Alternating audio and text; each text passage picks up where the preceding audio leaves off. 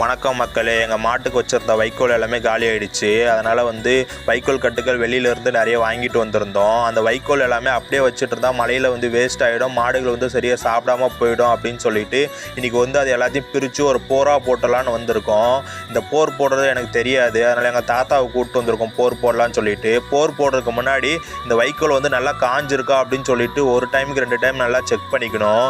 ஏன்னா ஈர வைக்க தூக்கி அந்த போரில் போடும்போது அந்த போரே வேஸ்ட் ஆகிடும், மாடுகள் சரியாக சாப்பிடாம வேஸ்ட்டாக ஆகிடும் இந்த வைக்க. ஏன்னா வெளியிலேருந்து நம்ம காசு கொடுத்து வாங்கிட்டு வரோம், வேஸ்ட்டாக போச்சுன்னா நமக்கும் ரொம்ப வருத்தமாக இருக்கும்.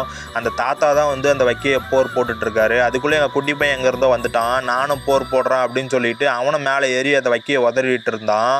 இந்த குட்டி பசங்க நம்ம வீட்டில் வச்சுட்டு இருக்கும்போது நிறைய சேட்டை பண்ணிட்டு திரிவானுங்க.